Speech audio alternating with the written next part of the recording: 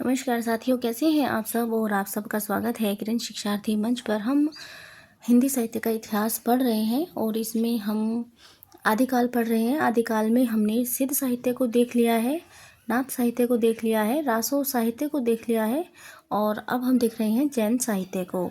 तो जैन साहित्य भी हम देख ही चुके हैं। हमने इसमें जैन साहित्य की विशेषताएं देख चुके हैं, रास साहित्य के संबंध में विशेष तथ्य देख चुके हैं और आलोचकों के मत भी हम देख चुके हैं।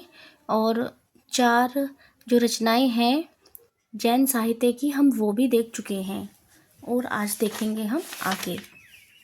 तो चंदनबाला रास तक हम देख चुके हैं और आज देखेंगे हम जीवदया रास को। तो चलिए शुरू करते हैं।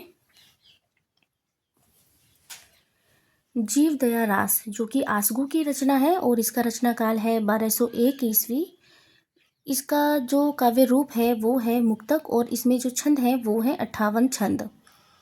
और इसका जो वर्णन विषय क्या है, इसमें है जीवों पर दया एवं अहिंसा का संदेश है। और इसमें जो रस है वो रस है शांत रस प्रधान रचना है, यानी इसमें जो रस की प्रधानता है वो है शांत रस। एक बार और देख लेते हैं। जीव दया रास जो है आसकू की रचना है। इसका रचना काल है 1201 ईस्वी। काव्य रूप है मुक्तक, छंद है 58। जीवों पर दया एवं अहिंसा का संदेश है और यह जो रचना है यह शांत रस प्रधान रचना है। अब देख लेते हैं अगली रचना को।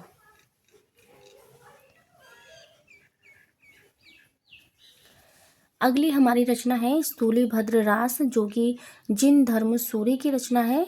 इसका जो रचना काल है वो 1209 ईस्वी है और इसका कथानक है कोशा नामक वैश्या के साथ लिप्त होकर स्थूलीभद्र का पतित होना, जैन धर्म में दीक्षा लेने के बाद मोक्ष प्राप्त करना। और इसका जो प्रधान रस है वो शांत है। काव्य रूप है प्रबंधात्मक खंड काव्य और इसकी भाषा है अपभ्रंश प्रभावित हिंदी। हम इसको भी एक बार और देख लेते हैं। रचना है स्थूलीभद्र रास, जिन धर्म सूरी की रचना है और मोस्ट इम्पोर्टेंट है।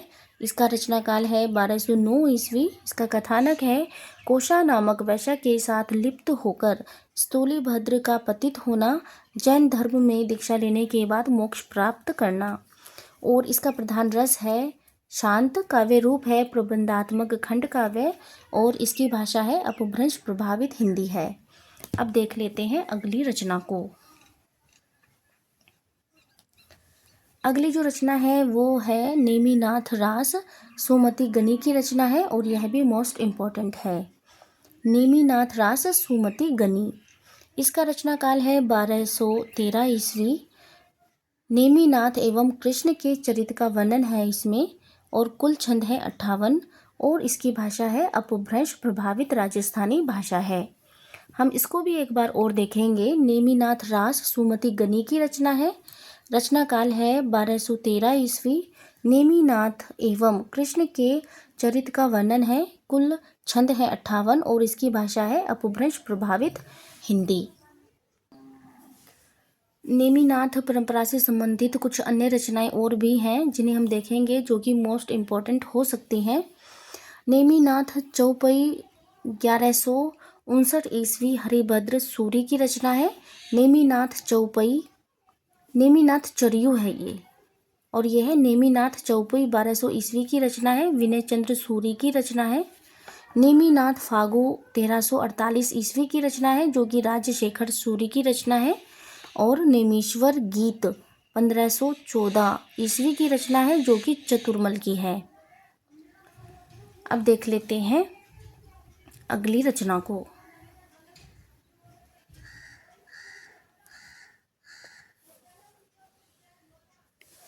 अगली रचना है रेवंत गिरी रास जो कि विजय सेन सूरी की रचना है।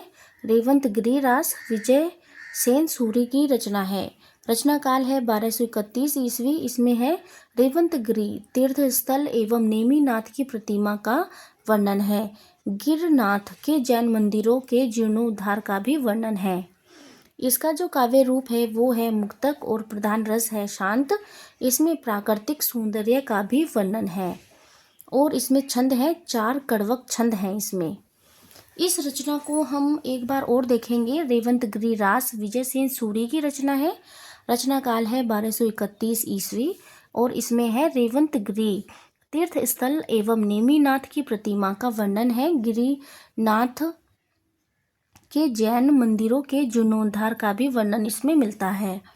और काव्य रूप है इसका मुक्तक। प्रधान रस है शांत। इसमें प्राकृतिक सौंदर्य का भी वर्णन है और इसमें जो छंद हैं वो हैं 4 कड़वक छंद हैं। अब आगे देखते हैं रास साहित्य से संबंधित अन्य महत्वपूर्ण रचना एवं रचनाकार।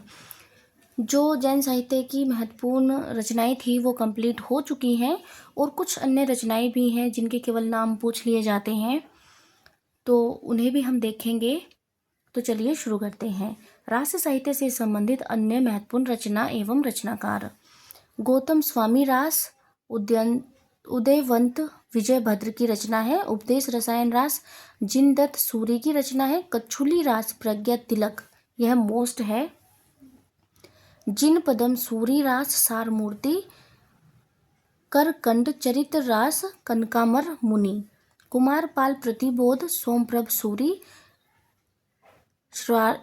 श्रावकाचार आर्य देवसेन 933 ईस्वी की रचना है। हिंदी की प्रथम रचना है जिसमें 250 दोहा छंद हैं। इसमें श्रावक व गृहस्थ संबंधी पद हैं। मुक्तक रचना है। उपदेश प्रधान रचना है और प्रधान रस इसमें भी शांत है। दब सहाव प्यास द्रव स्वभाव प्रकाश, इसका जो शुद्ध नाम है वो ये है और देवसेन की रचना है। लघु नय चक्र देवसेन की रचना है। दर्शन सार देवसेन की रचना है। मुंज रास जो एक रचना है लेकिन इसके जो रचनाकार का नाम है वो अज्ञात है।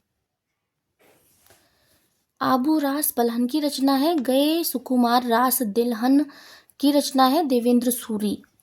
समरा रास अमदेव सूरी की रचना है। प्रबंध चिंतामणि मेरुतुंग की रचना है जो कि मोस्ट है।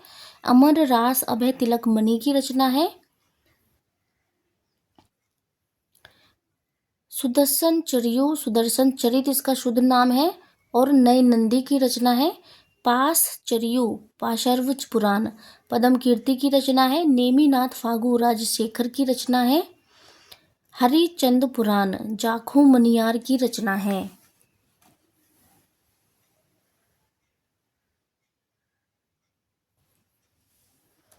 कान्हड़ देव प्रबंध पद्मनाथ की रचना है। भारतेश्वर बाहुबली रास शाली भद्र सूरी की रचना है। भारतेश्वर बाहुबली घोर रास वज्रसेन सूरी की रचना है। नेमिनाथ चौपई विनय चंद्र सूरी की रचना है। हरिचंद पुराण पद्मनाभ की रचना है।